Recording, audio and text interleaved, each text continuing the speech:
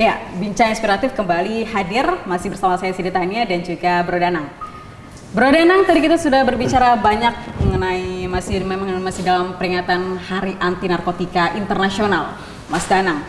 Tadi sudah menjelaskan rumah rehabilitasi yang saat ini kita masih produktif ya, beraktivitas, Mas Danang. Kalau untuk pola rehabilitasi sendiri yang ditawarkan dari rumah rehabilitasi Mas Danang ini seperti apa, Mas, polanya? Selain pendekatan-pendekatan tadi. Kebanyakan rehabilitasi sekarang kan pakai kayak therapeutic community. Yeah. Gitu. Ada yang religi, ada yang tradisional, ada kan Mbak ya. Tapi tempat kami kayaknya cuma satu-satunya di tempat kami, Mbak. Satu-satunya? Satu-satunya yang pakai program mindfulness. Yeah. Mindfulness. Tuh. Yang saya bilang tadi, di situ mindfulness mencakup banyak banget. Ada yoga di situ, ada meditasi di situ, segala macam. Kita dalam 3 bulan kita ada paket program, Mbak ya. Bulan pertama kita ada paket programnya juga. Bulan pertama kita dapat paket A. Kita bahas apalah bla bla bla. Nanti bulan yang kedua kita ada paket B, bahas apa itu. Paket yang ketiga, paket C. Kita bahas apa-apa. Kalau yang di paket C ini kita lebih bahas untuk persiapan nanti kita di luar mau ngapain. Iya.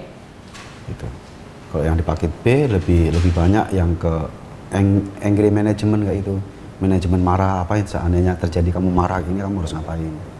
Bagaimana kita bisa mengatur atau manage emosi kita. Kalau yang A ini, yang paket A ini banyakkan di edukasi.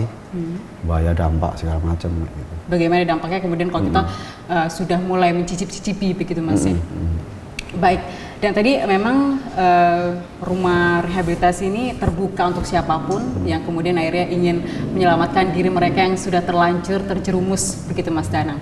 Dengan beberapa tahapan kemudian beberapa tahapan tadi, semoga nanti setiap orang yang masuk juga bisa pulih begitu, Mas ya. Pulih, baik.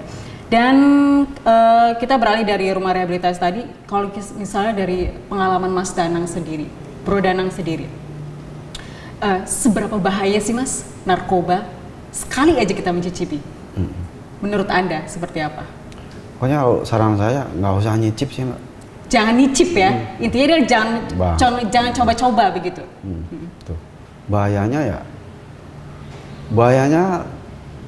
tak bilang banyak banget. Buat diri kita sendiri ada bahayanya, buat lingkungan sekitar juga ada bahayanya, buat keluarga kita sendiri juga ada bahayanya. Belum dampak yang ke kesehatan kita kan, mungkin yang ke paru-paru, mungkin yang ke apa, mungkin yang ke HIV, yang HIV itu mungkin banyak.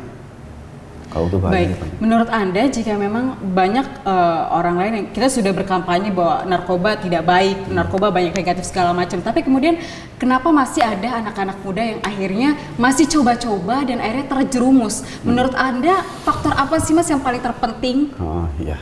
Sebenarnya orang pakai zat itu kan karena dia mengalami apa, Mbak ya? Sebenarnya orang pakai zat itu kan karena dia mengalami luka, Mbak. Ya. Pasti.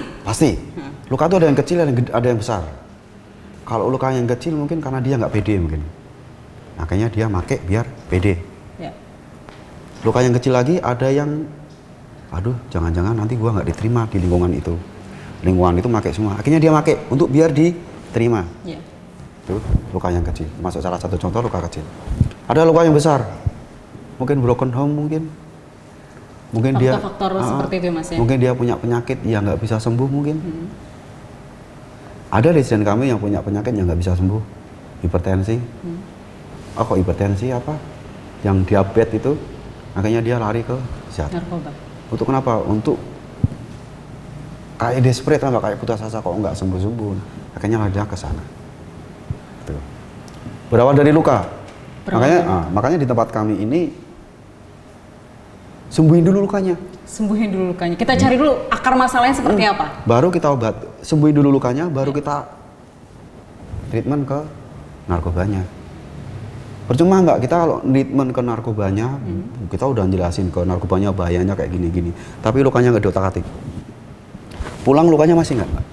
Akan sia-sia nanti. Akan sia-sia. Makanya di tempat kami lukanya disembuhin dulu, baru melangkah ke kecanduannya. Yang Anda sering temui masalah itu masalah apa aja Mas biasanya yang dirasakan oleh seseorang? Sebetulnya kalau orang bilang kalau ditanya kenapa lu make, iseng aja bro, salah. Bohong. Pasti akan ada masalah. Pasti ada luka, entah nggak pede mungkin, itulah. Itu yang dimaksud luka kecil tadi itu. Itu. Makanya dia nyoba keenakan, terus lagi. Dan narkoba ini kan semakin lama kan semakin ada toleransi kan Mbak. Dimana sekarang makainya segini, besok makainya segini, besoknya lagi harus tambah, besoknya lagi harus tambah, besoknya lagi harus tambah. Terus meningkat terus. Terus pokoknya terus. Gitu. Baik, karena semakin hari narkoba ini, kalau misalnya BNN ada semboyan ingin memberantas narkoba sampai akar-akarnya, menurut Anda hal itu bisa dilakukan? Sebetulnya program BNN bagus sih Mbak. Saya apa ya? Bagus sekali program BNN yang ingin membasmi narkoba sampai ke akar-akarnya itu. Bagus. Saya no komen ya. Kita optimis ya Mas ya. Baik. Dan mungkin terakhir Mas, Bro Danang, terakhir Anda bisa menyampaikan satu hal yang harus didengar orang-orang di luar sana yang sudah terlanjur terjerumus begitu. Anda ingin menyampaikan satu pesan agar mereka sebenarnya sadar bahwa ini adalah sesuatu yang jangan dicoba begitu. Silakan Bro Danang. Oke, kalau untuk pesan buat teman-teman yang masih di luar sana masih memakai, kalau saran saya ya jauhi narkoba. Jauhi. Ngapain make? Kita lebih funky kalau nggak make. Gitu aja. Oke, cukup ya, simpel. Kita tetap keren kalau kita nggak make. Baik, luar biasa sekali, spesial Bro Danang hadir di sini. Terima kasih Bro Danang sudah menyempatkan waktunya untuk hadir di sini, berbagi kisah yang sangat inspiratif bagi kita semua. Terima kasih. Masih dalam rangkaian Hari Peringatan Anti Narkotika Internasional. Baik saudara, demikianlah Bincang Inspiratif Kompas TV Lampung hari ini. Saya Siti Tania, mewakili tim redaksi Kompas TV Lampung, pamit undur diri. Tabik pun. Sebelum kami tutup di segmen akhir ini, ada baiknya saudara mengetahui jadwal sholat untuk wilayah Bandar Lampung dan sekitarnya.